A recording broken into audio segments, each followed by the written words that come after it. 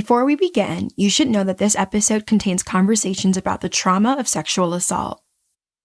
You're listening to Chapter 3, Body Talk. I love my body. Every curve, every inch, every mark, every dimple is a decoration on my temple. My body is mine. And nobody owns it but me. And who I choose to let in is so lucky. You may not think my body is perfect, and it probably never will be. But when I look in the mirror, I love what I see. Megan Thee Stallion at the 2020 American Music Awards.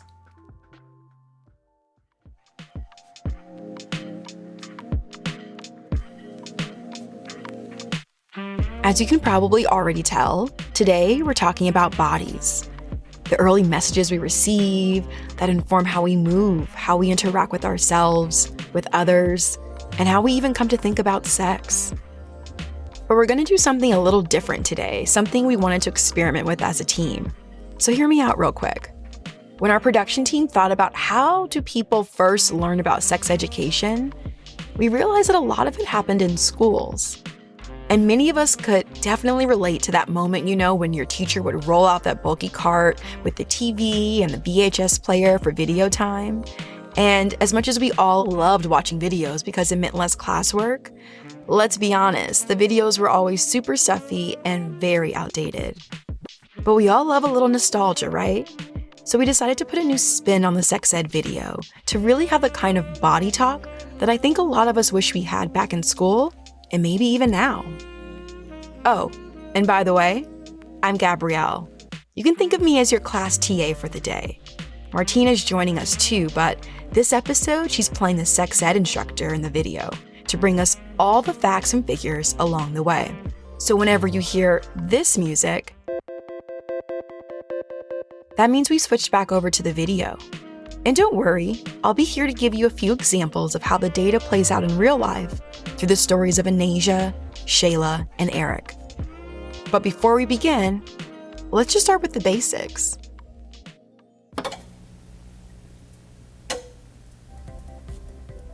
Hey y'all! Let's face it, sex education in this country can be really corny and leave more questions than answers. Sex ed is so much more than just putting a condom on a banana or even abstinence. It's also about learning about our bodies, our sexuality, sexual health, and intimate relationships for the first time. It's the time where many people start to explore what pleasure, desire, consent, and agency should look like. And we know that not everybody learns these things in class. Sometimes it's from a parent, an older relative, or even friends. Sometimes it's stumbling around and figuring it out on your own. And other times, it's from the things we see on TV and in the movies. Speaking of which, let's pick back up with Anasia. You may remember that before she called rural Iowa home, she grew up in Cleveland with her mom, dad, grandmother, and older brother. And around the time she was 5, she started to learn even more about her body. I would probably say one of the earliest memories of my body was the first time I actually ever scraped my knee, which is kind of funny. I was trying to be grown, ride my brother's bike. He had just got his training wheels off, and I got on there and I biffed it within 2 seconds, spoon. And scraped up my whole knee, my whole leg. It was just all covered in blood. And my mom was cleaning it with peroxide, and I was like, "You're hurting my elbow." She said I kept calling my knee my elbow. And so then we started talking about my body more. And somehow that conversation went from just cleaning my knee to she was telling me about not letting people touch your body and talking about your different parts of your body. And that kind of taught me about my body in general. When Anasia was about 10 years old, she learned a new lesson about how the body works. Instead of her mom sitting her down for the birds and bees conversation, her mom's stash of adult videos became her new teacher. It was the middle of the night, and I woke up, and I was about to go to their room and ask a question about something, and the door was cracked. And so I looked because the door was cracked and the TV was on, and it sounded really weird. So I was like, what? So I peek. My dad's snoring really, really loud. And I look on the TV, and she's watching porn on the TV. And so I'm like, whoa, what is that? And I didn't say it out loud. I just kind of leaned on the wall and was watching it. So naturally the next day when she was gone, I went to go find the tape. And so I found the VHS tape, and I put it in, and I was just sitting there watching it Like, it was just so much happening in this video. And and I was just like, I don't know what's going on. My brother walked in the room. He's like, what are you watching? And I was like, this is Mom's. And he's like, oh my God. And so that was my first time, like, actually seeing porn. Like, I mean, my brother would watch the scrambled stuff, like, with the static and stuff. And so, but that was the first time I ever saw that. And so that gave me another dynamic of sex. And let's just say, Anasia wasn't the only one trying to catch a peek of the action.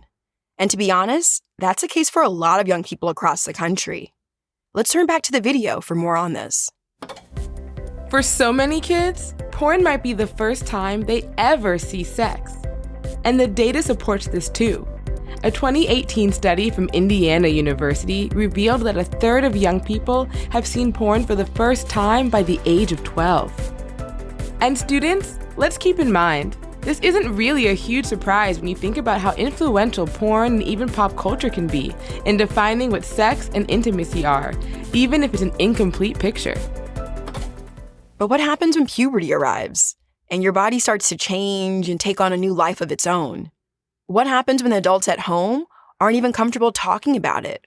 Or maybe what they do say just doesn't seem to be enough.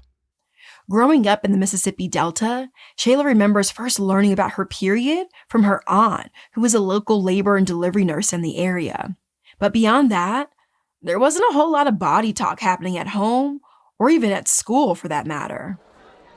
The other things about body came from school, and so it was, sex education, quote unquote. And, this is what happens. Basically, they try to scare us into not having sex. And just like media is a huge influence, where you live is important as well. Our state governments play a big role in how and if you receive sex education at all. And for states like Mississippi, it's pretty grim. I'm sure the video has some more context for us. Let's break this down. In 2011, the Mississippi State Legislature passed HB 999, its first ever bill requiring public schools to teach sex education. It sounds good, but the catch is that the bill mandates schools adopt an abstinence-only policy that, quote, teaches the social, psychological, and health gains to be realized by abstaining from sexual activity, unquote.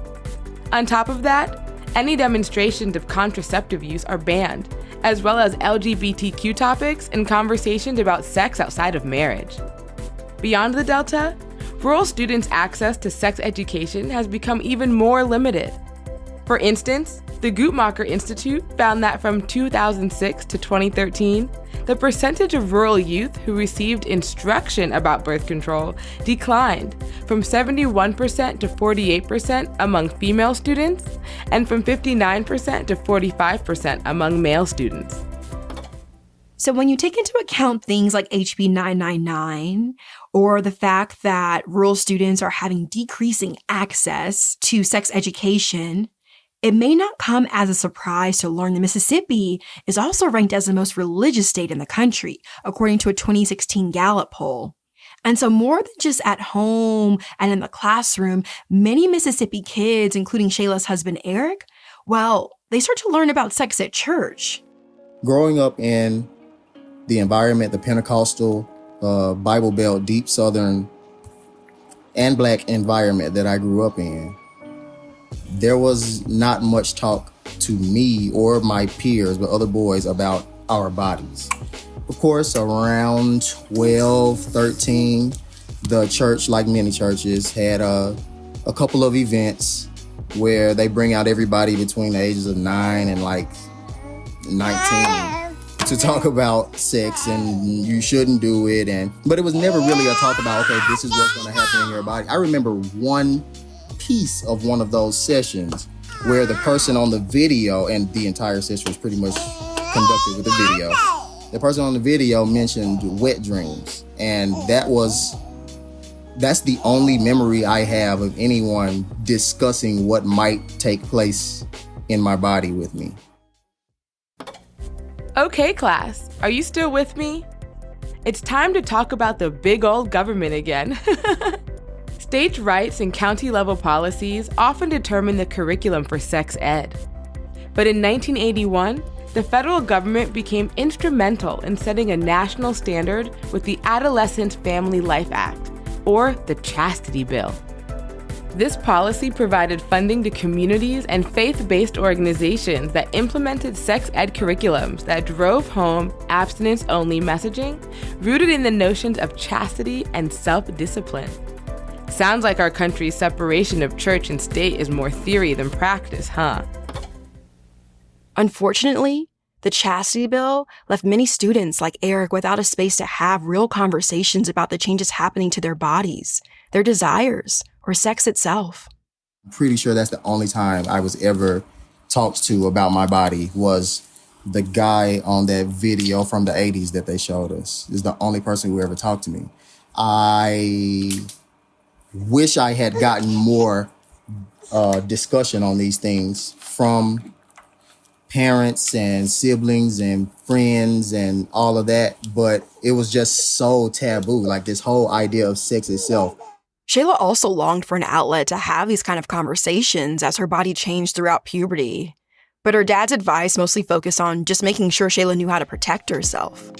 His exact question was like, how do you know when a guy has gone too far with you? Like, it was just that kind of conversation, like not getting caught up in a situation where a guy takes advantage of you, that sort of thing. And then the other thing was just like how to maneuver life as a girl, like, somebody might be coming around this corner, so, walk away from the side of the wall or whatever, just, or don't walk around bushes. Just, it's a lot of fear, like, now that I'm thinking about it, just don't, how to not get attacked or how to think so that I'm not vulnerable. I think we can all agree that conversations about safety and consent, they're important to have early on and often. But it's also just as important to have an open space to talk about if that boundary is ever crossed. And it's definitely something Anasia wished she had as a young girl. I disclosed to my mother when it happened, and she was going through some other stuff with my father at the time. That was the first time we had the split, and it was like a few weeks before my birthday, and so it was like, I want to say it was right before Thanksgiving. My birthday's in December, and I had told her that this family member had touched me where she said I shouldn't be touched, and I think I just said he touched me, and she was like, your father didn't touch you, he would never do that. And I was like, no, I'm not talking about Dad. And I was trying to explain it to her, and she was just like, I got a lot going on right now. And like, she was just kind of in this, I don't know, zone or bubble or whatever. And it didn't go very well at that time. And so like, I locked it in and didn't tell anybody for probably, I want to say 2 more years because of that reaction that I got. And I was like, okay, well, if Mom isn't listening, like, who am I going to talk to? And it was like, is this something that's supposed to happen? And then remembering that conversation back to being little, like, no, this isn't supposed to happen. Because I had that conversation with my mother. And so that dynamic really did change again how I felt about my body, how I saw it. And it was more of a, is this my body? Or is this someone else's kind of thing? And I think the next person I told was one of my friends. And she was like, whoa, like, you're, like, that's not supposed to happen. And I was like, I didn't think so. And like, and so that made me feel, like I said, more like it wasn't my body then. I was like, well, since it happened and I couldn't stop it, like, and I was told not to tell anybody, like, does this mean, like, that, like, my body isn't, like, mine, like I was told? It wouldn't be until college that Anasia began to fully process what happened to her and her mother's reaction. Like many survivors of sexual assault, silence became the solve for Anasia's pain. Instead of opening up out loud to begin the process of healing, Anasia immediately shut down. And that shame and paranoia of feeling like you have to constantly protect or hide your body is also something Shayla wrestled with as a young woman. I grew up with a lot of shame around my body, like, because there was always comment on it, like, it was never mine. It was always to be critiqued or wished for. People would wish that I did certain things with my body or direct me to do certain things with my body or not do certain things with my body, or like I said, critique it or point out, oh, you're developing this way or you're developing that way. Like all of these comments and this commentary around me about my body, but nobody ever invited me into the conversation. Like, what would you like to do with your body? Or So it was just a lot of shame. And then, I just didn't know what to do with male attention. It was just kind of uncomfortable, and it was always talked about in a bad way. So just, a lot of shame, a lot of trying to not be seen. And it's not just young girls who feel this way. It's also young boys and non-binary youth who also get these messages about their bodies early on. For Erick, growing up in a conservative church environment, well, that meant that all the questions he had, all of the ideas he was too afraid to share, all of the curiosity he had about what was going on inside his body, well, it stayed buried inside. Made me feel dirty, even though I was not doing anything. Like I didn't, my first kiss was with Shayla. So like I wasn't doing anything, but I felt dirty just for feeling and thinking and wanting to know. It made me feel a lot of shame. I feel like I wish I had had more said to me because I was very curious. I wanted to know what was going on inside me and what the boys at school were talking about and all of those things. I think if I had gotten more conversation, perhaps I would have thought differently or thought like I do now earlier. Since we're talking about bodies, I want to tell you about a special podcast that you might enjoy. Tight-Lipped is a storytelling podcast that makes public what is often thought of as private pain. They tell stories about conditions that are extremely common, like pelvic floor dysfunction and endometriosis, yet shrouded in stigma, shame, and silence. The show features honest, personal stories alongside analysis from healthcare experts. Subscribe to Tight-Lipped wherever you're listening right now. Now back to the show.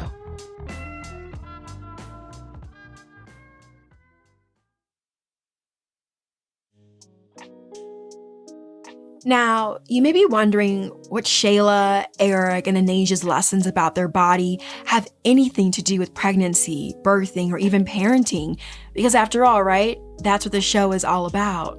But as we know and come to learn as we get older, is that those very lessons about our bodies, about sex, well, they lay the foundation for how we start to understand intimacy, romantic relationships, and even the idea of having kids. I would watch the show Birthday that would come on, was it Discovery Hill? And then there was a baby story on TLC. And I just was so fascinated when I would watch those. And it really kind of didn't come from anywhere except my just natural fascination with it. And then I thought I wanted to be OBGYN for a while, but then I didn't do that. And that was it as far as childhood and birthing. The only thing I heard about, I didn't hear anything about birth. Kids, but nothing about birth. Everything I knew came from sitcoms and my mother's eavesdropping on, my mother's conversations with other women about childbirth. So I knew that my mother had had a lot of miscarriages, and I didn't exactly know what that meant, but I knew that she had struggled to give birth to me and my siblings. So I think my whole thought about it was childbirth. That's a struggle, just like marriage. And I was pretty dead set on not doing either one of those things, especially before I met Shayla. Like, that was never crossing my mind. But having babies had definitely been crossing Shayla's mind. Being a mother was something that she had been daydreaming about since she was young. As a girl, I always said I wanted 5 kids. I don't know why, except it must have just been ordained because I don't know why I wanted 5 kids, but I just always said I wanted 5 kids. And from girlhood to like young adulthood, I honestly hadn't thought much about it. I guess I just assumed that it would happen or something. I didn't think much about it. But then after I got married, after being married for a few years, then I started to want to have that conversation. But Erick wasn't really comfortable with it. So we just kind of didn't talk about it for a while. So, that was kind of tough. But at the same time, it's like I understood, I can't say that I felt like we were completely ready at that time anyway. This would be a conversation that Shayla and Erick would return to time and time again throughout their marriage. Both of them wondering if they were ready to have kids, when would be the right time, and what would pregnancy even look like. These conversations were that much more difficult to have because, just like Anasia, Shayla and Erick grew up in a culture of silence and shame, around their bodies, around sex. But luckily, this wouldn't be the end of their story. In our next episode, we'll explore how Shayla and Erick's journey to become parents connects to a powerful lineage of Southern freedom fighters and one of the first Black-founded towns in the country.